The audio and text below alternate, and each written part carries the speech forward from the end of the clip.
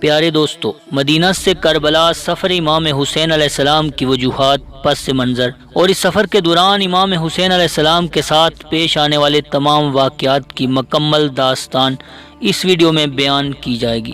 واقعہ کربلا سن 61 ہجری کو کربلا میں پیش آنے والے اس واقعے کو کہا جاتا ہے، جس میں یزیدی فوج کے ہاتھوں امام حسین علیہ السلام اور آپ کے اصحاب شہید ہوئے۔ واقعہ کربلا تاریخ اسلام کا دل خراش اور سیاہ ترین واقعہ ہے۔ 15 رجب سن 60 ہجری کو امیر شام کی وفات کے بعد لوگوں سے یزید کی بیعت لی گئی۔ یزید نے برسر اقتدار آنے کے بعد ان چیدہ افراد سے بیعت لینے کا فیصلہ کیا جنہوں نے امیر شام کے زمانے میں بیعت دینے سے انکار کر دیا تھا۔ اسی بنا پر اس نے مدینہ کے گورنر ولید بن عتبہ بن ابی سفیان کے نام ایک خط ارسال کر کے والد کے موت کی خبر دی اور ساتھ ہی ایک مختصر تحریر میں ولید کو امام حسین علیہ السلام، عبداللہ ابن عمر اور عبداللہ ابن زبیر سے زبردستی بیعت لینے اور نہ ماننے کی صورت میں ان کا سر قلم کرنے کی ہدایت کی۔ اس کے بعد یزید کی طرف سے ایک اور خط لکھا گیا جس میں حامیوں اور مخالفین کے نام اور حسین بن علی کا سر بھی اس خط کے جواب کے ساتھ بھجوانے کی تاکید کی گئی۔ چنانچہ ولید نے مروان سے مشورہ کیا اور اس کے تجویز پر مذکورہ افراد کو دار الامارہ بلوایا گیا۔ امام اپنے عزیز و اقارب کے ہمراہ دار الامارہ پہنچے۔ ولید نے ابتدا میں امیر شام کی موت کی خبر سنائی اور پھر یزید کا خط پڑھ کر سنایا گیا جس میں اس نے امام حسین علیہ السلام سے اپنے لیے بیعت لینے کی تاکید کی تھی۔ اس موقع پر امام حسین نے ولید سے کہا کہ کیا تم اس بات پر راضی ہو کہ میں رات کی تاریکی میں یزید کی بیعت کروں؟ میرا خیال ہے کہ تمہارا مقصد یہ ہے کہ میں لوگوں کے سامنے یزید کی بیعت کروں۔ ولید نے کہا کہ میری رائے بھی یہی ہے۔ امام نے فرمایا کہ بس کل تک مجھے مہلت دو تاکہ میں اپنی رائے کا اعلان کروں۔ حاکم مدینہ نے دوسرے روز عصر کے وقت اپنے افراد کو امام عالی مقام کے ہاں بھجوایا تاکہ آپ سے جواب وصول کرے۔ تاہم امام عالی مقام نے ایک اور رات کی مہلت مانگی جسے ولید نے قبول کیا۔ امام عالی مقام نے دیکھا کہ مدینہ مزید پرامن نہ رہا، چنانچہ امام حسین علیہ السلام نے مدینہ چھوڑنے کا فیصلہ کیا۔ حالات کی نزاکت کو دیکھتے ہوئے امام حسین علیہ السلام 28 رجب اور بعض دوسرے اقوال کی بنا پر 3 شعبان سن 60 ہجری قمری کو اپنے اہل بیت اور اصحاب کے 84 افراد کے ساتھ مدینہ سے مکہ کی طرف روانہ ہو گئے۔ بعض مصادر کے مطابق آپ نے رات بھر اپنی مادر گرامی حضرت فاطمہ سلام اللہ علیہا اور اپنے بھائی امام حسن کی قبر مبارک پر حاضری دی اور وہاں نماز پڑھی اور الوداع کیا۔ بعض دیگر مصادر میں آیا ہے کہ آپ نے 2 رات پے در پہ اپنے نانا رسول خدا کے قبر مبارک نے گزاری۔ اس سفر میں سوائے محمد بن حنفیہ کے اکثر عزیز و اقارب من جملہ آپ کے فرزندان، بھائی، بہنیں، بھتیجے اور بانجے آپ کے ساتھ تھے۔ بنی ہاشم کے علاوہ آپ کے اصحاب میں سے 21 افراد بھی سفر میں آپ کے ہمراہ تھے۔ امام حسین اپنے ساتھیوں کے ساتھ مدینہ سے خارج ہوئے۔ مکہ کے راستے میں عبداللہ بن متی سے ملاقات ہوئی۔ اس نے امام حسین علیہ السلام سے ارادے کے بارے میں سوال کیا تو امام نے فرمایا فی الحال مکہ جانے کا ارادہ کر چکا ہوں، وہاں پہنچنے کے بعد خدا سے آئندہ کے لیے خیر و صلاح کی درخواست کروں گا۔ امام حسین علیہ السلام 5 دن بعد یعنی 3 شعبان سن 60 ہجری قمری کو مکہ پہنچ گئے۔ امام حسین 3 شعبان سے 8 ذوالحجہ تک یعنی 4 مہینے سے زیادہ مکہ میں قیام پذیر رہے۔ امام حسین علیہ السلام کے مکہ میں پہنچ کر کوئی زیادہ عرصہ نہیں گزرا تھا، عراقی امیر شام کی موت اور امام حسین علیہ السلام اور ابن زبیر کے یزید کی بیعت نہ کرنے سے باخبر ہوئے۔ اس بنا پر وہ سلمان بن خزائی کے گھر میں جمع ہو گئے اور امام عالی مقام کو ایک خط لکھا جس میں آپ کو کوفہ آنے کی دعوت دی گئی۔ امام حسین نے ان خطوط کے جواب دینے میں تاخیر ہو گئی، یہاں تک کہ ان خطوط کی تعداد بہت زیادہ ہو گئی۔ اس موقع پر آپ نے ایک خط تحریر فرمایا۔ امام عالی مقام نے کوفیوں کے نام ایک خط دے کر اپنے چاچا زاد بھائی مسلم بن عقیل کو عراق روانہ کیا تاکہ وہاں کے حالات کا جائزہ لے اور آپ کو حالات سے آگاہ کریں۔ مسلم 15 رمضان کو خفیہ طور پر مکہ سے نکلے اور 5 شوال کو کوفہ پہنچ کر مختار بن ابی عبیدہ ثقفی کے گھر قیام پذیر ہوئے۔ مسلم بن عقیل کی کوفہ پہنچنے کی اطلاع ملتے ہی لوگ آپ کے پاس آنے لگے۔ مسلم لوگوں کو امام کی تحریر سے آگاہ کرتے اور ان سے امام عالی مقام کے لیے بیعت لیتے۔ یوں 30,000 سے زائد لوگوں نے مسلم کے ہاتھ پر امام حسین علیہ السلام کی بیعت کی اور آپ کا ساتھ دینے کا وعدہ دیا۔ اس موقع پر مسلم نے امام حسین علیہ السلام کو ایک خط لکھا جس میں بیعت کرنے والوں کی کثرت کا ذکر کرتے ہوئے امام عالی مقام کو کوفہ آنے کا مشورہ دیا۔ جب یزید کو کوفہ والوں کی امام حسین کی بیعت اور نعمان بن بشیر جو اس وقت کوفہ کا گورنر تھا کہ ان کے ساتھ نرم برتو کا پتہ چلا تو اس نے عبید اللہ بن زیاد کو جو اس وقت بصرہ کا گورنر تھا کوفہ کی گورنری پر منصوب کیا۔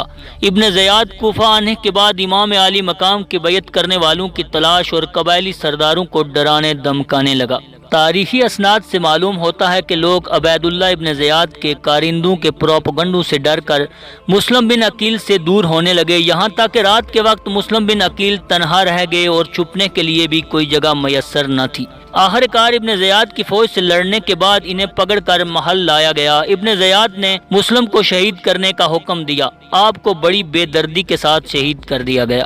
امام حسین مکہ میں 4 مہینے 5 دن اقامت کے بعد 8 ذو الحجہ کو 82 افراد کے ساتھ مکہ سے کوفہ کی طرف روانہ ہوئے۔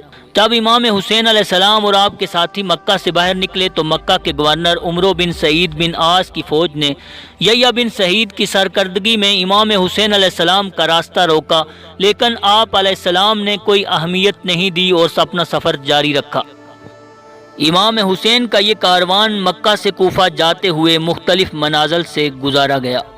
امام علیہ السلام ہر منزل پر لوگوں کو جذب کرنے اور ان کے ذہنوں میں اس معاملے کو واضح اور روشن کرنے کے لیے ہر ممکنہ تلاش کرتے رہے۔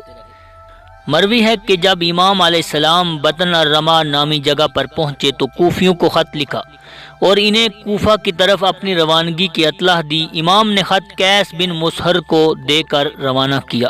قیس جب قادسیہ پہنچے تو ابن زیاد کے سپاہیوں نے ان کا راستہ روک کر ان کی جامع تلاشی لی۔ اس موقع پر قیس نے مجبور ہو کر امام عالی مقام کا ہاتھ پھاڑ دیا تاکہ دشمن اس کے مضمون سے باخبر نہ ہو سکے۔ جب قیس کو گرفتار کر کے ابن زیاد کے پاس لے جایا گیا تو اس نے غضبناک ہو کر چلاتے ہوئے کہا، خدا کی قسم تمہیں ہرگز نہیں چھوڑوں گا مگر یہ کہ ان افراد کے نام بتا دو جنہیں حسین بن علی نے خط لکھا تھا، یا تم منبر پر جا کر حسین اور اس کے باپ کو برا بلا کہو، اس صورت میں تمہیں رہائی مل سکتی ہے۔ قیس نے قبول کیا اور منبر پر جا کر امام عالی مقام کو برا بلا کہنے کی بجائے کہا، ہے لوگوں میں حسین کا قاصد ہوں اور تمہاری طرف آیا ہوں تاکہ آپ کا پیغام تم کو پہنچا سکوں اور امام عالی مقام کی ندا کو لبیک کہو۔ ابن زیاد آگ بگولا ہو گیا اور حکم دیا کہ قیس بن مسہر کو دارالامارہ کی چھت سے نیچے پھینکا جائے۔ اس کے سپاہیوں نے ایسا ہی کیا اور پھر اس کے جسم بے جان کی تمام ہڈیاں توڑ دی گئیں۔ مروی ہے کہ امام حسین علیہ السلام نے مسلم کی شہادت کی خبر پانے سے قبل اپنے رضائی بھائی علی بن یکتر کو مسلم کی طرف بھجوایا تھا، لیکن وہ حسین بن نمیر کے ہاتھوں گرفتار ہو کر ابن زیاد کے پاس لے جایا گیا۔ ابن زیاد نے حکم دیا کہ انہیں دارالامارہ کی چھت پر لے جایا جائے تاکہ کوفیوں کے سامنے امام حسین علیہ السلام اور آپ کے والد بزرگوار پر سب و لعن کریں۔ عبداللہ بن یکتر نے دارالامارہ کی چھت سے کوفہ والوں سے مخاطب ہو کر کہا کہ ہے لوگوں، میں تمہارے پیغمبر کی بیٹی کا فرزند حسین علیہ السلام کا الچی ہوں، اپنے امام کی مدد کو دوڑو اور ابن مرجانہ کے خلاف بغاوت کرو۔ عبداللہ ابن یکتر کا سر قلم کر دیا گیا۔ عبداللہ ابن یکتر کی شہادت کی خبر مسلم اور ہانی کی شہادت کی خبر کے ہمراہ زبالہ کے مقام پر امام عالی مقام کو ملی۔ امام حسین علیہ السلام نے بصرہ کے 5 قبائل کے سرداروں کے نام ایک خط لکھا جسے سلمان بن زرین نامی اپنے ایک مولائی کے توسط سے روانہ کیا۔ سلمان نے 5 قبیلوں کے سرداروں کو خط دے دیے۔ اس خط کا مضمون اور متن ایک ہی تھا جو کچھ یوں تھا، میں تمہیں کتاب خدا اور سنت رسول کی طرف بلاتا ہوں، بے شک سنت نیست و نابود ہو گئی ہے اور بدعتیں زندہ ہو گئی ہیں، تم میری بات سنو گے اور میرے فرمان کی پیروی کرو گے تو میں راہ راست کی طرف رہنمائی فرماؤں گا۔ بصرہ میں مذکورہ افراد میں سے ہر ایک نے امام عالی مقام کے موصولہ خط کا ایک نسخہ چھپا کر رکھا، سوائے منظر بن عبدی کے جس نے یہ گمان کیا کہ یہ ابن زیاد کی ایک چال ہے۔ چنانچہ اس نے اگلے روز ابن زیاد کو جو کوفہ جانا چاہتا تھا حقیقت حال سے آگاہ کر دیا۔ ابن زیاد نے امام عالی مقام کے قاصد کو اپنے پاس بلوایا اور اس کا سر قلم کر دیا۔ عبید اللہ ابن زیاد کو امام حسین علیہ السلام کی کوفہ آنے کی خبر ہوئی تو اس نے اپنی فوج کے سربراہ حسین بن نمیر کو 4000 کا لشکر دے کر قادسیہ روانہ کیا اور حر بن یزید ریاحی کا 1000 کا لشکر بھی حسین بن نمیر کے لشکر کا حصہ تھا جو قافلہ حسینی کا راستہ روکنے کے لیے بھجوایا گیا۔ حور اور اس کے سپاہی ظہر کے وقت امام حسین علیہ السلام اور آپ کے اصحاب کے سامنے آ گئے۔ امام عالی مقام نے اپنے اصحاب کو حکم دیا کہ حور اور اس کے سپاہیوں حتیٰ کہ ان کے گھوڑوں کو بھی پانی پلائیں۔ نماز ظہر کا وقت ہوا تو امام عالی مقام نے اپنے مؤذن حجاج بن مسروقی جعفی کو اذان دینے کی ہدایت کی۔ امام عالی مقام نے اللہ کی حمد و ثنا کے بعد فرمایا، یہ ایک عذر ہے اللہ کی بارگاہ میں اور تمہارے ہاں لوگوں میں تمہارے پاس نہیں آیا حتیٰ کہ تمہارے ہاتھ ملے اور تمہارے قاصد میرے پاس آئے اور مجھ سے درخواست کی کہ میں تمہاری طرف آ جاؤں۔ شاید اللہ تمہیں میرے واسطے سے راہ راست پر گامزن کر دے، بس اگر تم اپنے عہد و پیمان پر استوار ہو تو میں تمہارے شہر میں آتا ہوں، اور اگر نہیں تو میں واپس لوٹ جاؤں گا۔ اس خطبے کے بعد حر نے کہا کہ مجھے ان خطوط کا علم نہیں جن کی طرف آپ اشارہ کر رہے ہو، اور ہم خطوط لکھنے والوں میں سے نہیں تھے۔ ہمیں حکم ہے کہ آپ کا سامنا کرتے ہی آپ کو ابن زیاد کے پاس لے جائیں۔ امام نے اپنے قافلے سے مخاطب ہو کر فرمایا کہ واپس لوٹو۔ جب وہ واپس جانے لگے تو حر نے کہا کہ مجھے آپ کو ابن زیاد کے پاس لے جانا ہے۔ امام عالی مقام نے فرمایا، خدا کی قسم تمہارے پیچھے نہیں آؤں گا۔ حر نے کہا کہ میں آپ کے ساتھ جنگ و جدال پر مامور نہیں ہوں، لیکن مجھے حکم ہے کہ آپ سے جدا نہ ہوں حتیٰ کہ آپ کو کوفہ لے جاؤں، بس اگر آپ میرے ساتھ آنے سے اجتناب کرتے ہیں تو آپ کے راستے پر میں چلوں گا اور آپ کا راستہ روکوں گا۔ امام حسین علیہ السلام قادسیہ کی بائیں جانب سے روانہ ہوئے۔ صبح ہوتے ہی امام عالی مقام نے البیضا نامی منزل پر قیام فرمایا اور نماز صبح ادا فرمائی، اور پھر اپنے اصحاب اور اہل خاندان کے ساتھ روانہ ہوئے حتیٰ کہ ظہر کے وقت سرزمین نینوا میں پہنچے۔ ابن زیاد کے قاصد نے خط حر کے حوالے کیا جس میں ابن زیاد نے لکھا تھا کہ میرا خط موصول ہوتے ہی حسین کے ساتھ سختی سے پیش آؤ اور انہیں کسی بے آب و گیا زمین پر رکنے پر مجبور کر دو۔ میں نے اپنے قاصد کو آپ کے اوپر مقرر کر رکھا ہے یہاں تک کہ وہ آپ کے عمل درآمد کی خبر مجھے پہنچا دے۔ حر نے ابن زیاد کا خط امام حسین علیہ السلام کو پڑھ کر سنایا۔ امام عالی مقام نے فرمایا کہ ہمیں نینوا یا کسی دوسری طرف جانے دو۔ حر نے کہا کہ یہ ممکن نہیں، کیونکہ عبید اللہ ابن زیاد نے اپنا قاصد مجھ پر جاسوس قرار دیا ہے۔ ظہیر نے امام عالی مقام سے کہا کہ خدا کی قسم مجھے محسوس ہو رہا ہے کہ اس کے بعد ہمیں مزید مشکلات کا سامنا کرنا پڑے گا۔ یا ابن رسول اللہ، اس وقت اس گروہ حر اور اس کے ساتھیوں کے ساتھ لڑنا زیادہ آسان ہے ان لوگوں کے ساتھ جنگ کی نسبت جو ان کے پیچھے آ رہے ہیں۔ امام عالی مقام نے فرمایا، درست کہہ رہے ہو ہے ظہیر، لیکن میں کبھی بھی جنگ میں پہل نہیں کروں گا۔ یہ کہہ کر امام عالی مقام نے اپنا سفر جاری رکھا یہاں تک کہ کربلا پہنچ گئے۔ حر اور اس کے ساتھی امام حسین علیہ السلام کے سامنے آ کر کھڑے ہوئے اور انہیں سفر جاری رکھنے سے باز رکھا۔ اکثر تاریخی مصادر میں آیا ہے کہ امام حسین علیہ السلام اور آپ کے اصحاب 2 محرم الحرام سن 61 ہجری کو کربلا کی سرزمین پر پہنچے۔ تاہم کچھ مصادر میں امام حسین علیہ السلام کی آمد کی تاریخ کو 1 محرم الحرام قرار دیا گیا ہے۔ جب حر نے امام عالی مقام سے کہا کہ یہیں اتریں کیونکہ فرات قریب ہے، امام نے فرمایا کہ اس جگہ کا نام کیا ہے؟ سب نے کہا کربلا۔ امام عالی مقام نے فرمایا، یہ کرب یعنی رنج اور بلا کا مقام ہے۔ میرے والد صفین کی طرف جاتے ہوئے یہیں اترے اور میں آپ کے ساتھ تھا۔ رک گئے اور اس کا نام پوچھا تو آپ نے فرمایا یہاں ان کی سواریاں اترنے کا مقام ہے۔ تو آپ نے فرمایا خاندان محمد کا ایک قافلہ یہاں اترے گا اور اس کو بے آب و گیا جنگل میں بے خطا ذبح کر دیا جائے گا۔ امام حسین علیہ السلام نے فرمایا کہ یہ ہماری سواریاں اور سامان اتارنے کی جگہ ہے اور یہاں ہمارا خون بہنے کا مقام ہے۔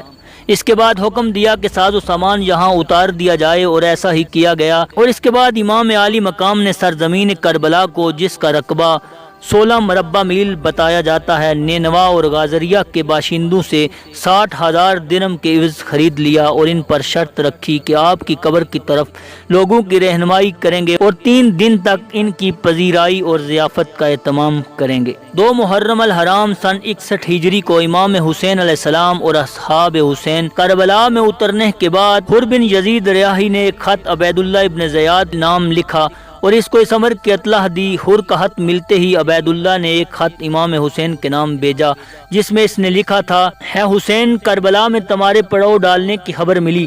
امیر المومنین یزید بن معاویہ نے مجھے حکم دیا ہے کہ چین سے نہ سوؤں اور پیٹ بھر کر نہ کھانا کھاؤں حتیٰ کہ تمہیں خدائے دانائے لطیف سے ملحق قتل کروں یا پھر تمہیں اپنے حکم اور یزید کے حکم کی تعمیل پر آمادہ کر لوں۔ مروی ہے کہ امام حسین علیہ السلام نے پڑھنے کے بعد خط کو ایک طرف پھینک دیا اور فرمایا کہ جن لوگوں نے اپنی رضا اور خوشنودی کو خدا کی رضا اور خوشنودی پر مقدم رکھا وہ ہرگز فلاح نہ پا سکیں گے۔ ابن زیاد کے قاصد نے کہا آپ خط کا جواب نہیں دیں گے؟ فرمایا اس خط کا جواب اللہ کا دردناک عذاب ہے جو بہت جلد آپ کو اپنی لپیٹ میں لے لے گا۔